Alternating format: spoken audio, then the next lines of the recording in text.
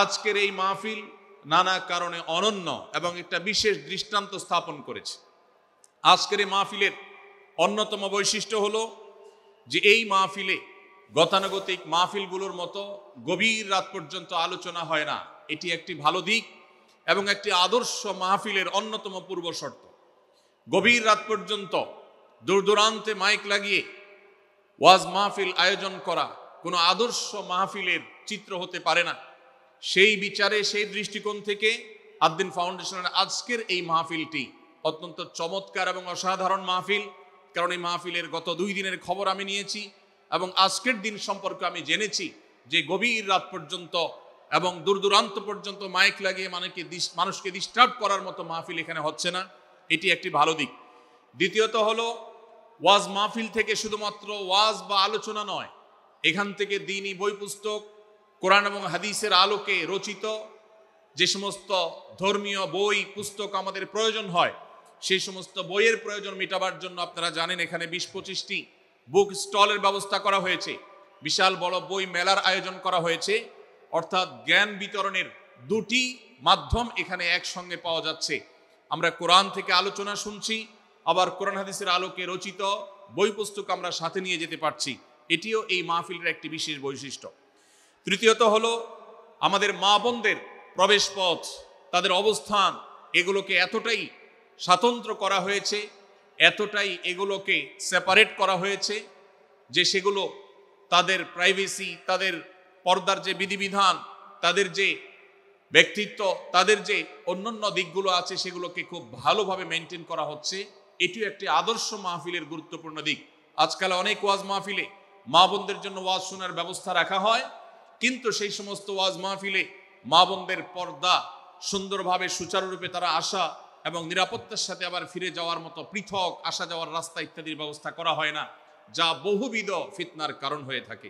আজকের এই মাহফিলটিতে সেই দৃষ্টিকোণ থেকে একটি অনন্য দৃষ্টান্ত স্থাপিত হয়েছে যে মা বোনদের জন্য পৃথক ওয়াজ শোনার ব্যবস্থা এবং রাস্তাঘাট পৃথক, যাতে করে তারা তাদের সেই পর্দার বিধিবিধানগুলো মেনটেন করে চলতে পারেন। এই জন্য আমি কর্তৃপক্ষকে বিশেষভাবে ধন্যবাদ দিতে চাই।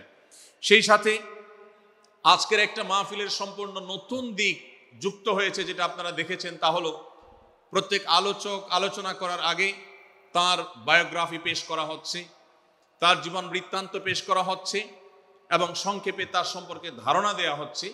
এটিও একটা চমৎকার দিক এবং আমার জানা মতে বাংলাদেশের যে কোনো মাহফিলে এটি প্রথম দৃষ্টান্ত। সেই সাথে এই মাহফিলে আগত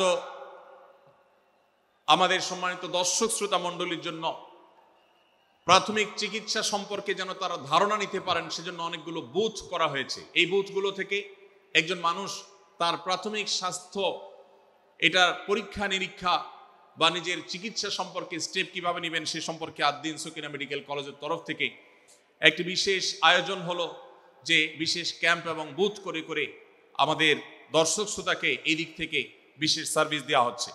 পর্যাপ্ত টয়লেটের ব্যবস্থা করার কথা আমি শুনতে পেরেছি, জানতে পেরেছি, এবং বক্তাদের, আলোচকদের বিভিন্ন উক্তি সম্বলিত ফেস্টুন আমি দেখেছি, যেটা অত্যন্ত নতুন একটা দিক। যদিও সেখানে বক্তাদের ছবি না থাকলে, প্রিন্টেড ছবি না থাকলে সেটা ভালো ছিল। আমি আশা করব কর্তৃপক্ষ সেটি পরবর্তীতে খেয়াল রাখবেন।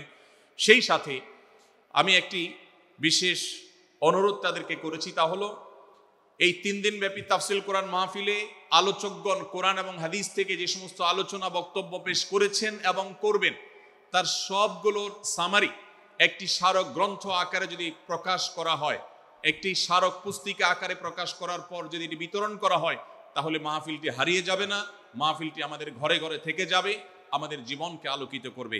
আমি আশা করব ওয়াজ মাহফিল, যেটি এই দেশের সবচেয়ে প্রাচীনতম কালচারের অন্যতম, এদেশের সবচেয়ে শক্তিশালী সংস্কৃতির অন্যতম হলো ওয়াজ মাহফিল।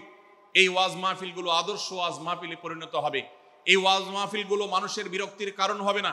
শহর এলাকায় রাত বিরাতে, গভীর রাত পর্যন্ত দূর দূরান্তে মাইক লাগিয়ে মানুষের দুর্ভোগ সৃষ্টির কারণ হবে না। উচ্চ শব্দ দিয়ে মানুষকে বিরক্ত করার কারণ হবে না মাহফিলগুলো। আমরা যদি আদর্শ ওয়াজ মাহফিলের দৃষ্টান্ত স্থাপন করতে পারি, তাহলে এই দেশ কোরআনের আলোয় আলোকিত হবে, হাদিসের আলোকে আলোকিত হবে, আমাদের ঘরগুলো আলোকিত হবে দ্বীনের নূর এবং আলো দ্বারায়। আল্লাহ রাব্বুল আলামিন আমাদের সবাইকে কোরআন এবং হাদিসের আলো থেকে আলোকিত হওয়ার তৌফিক দান করুন।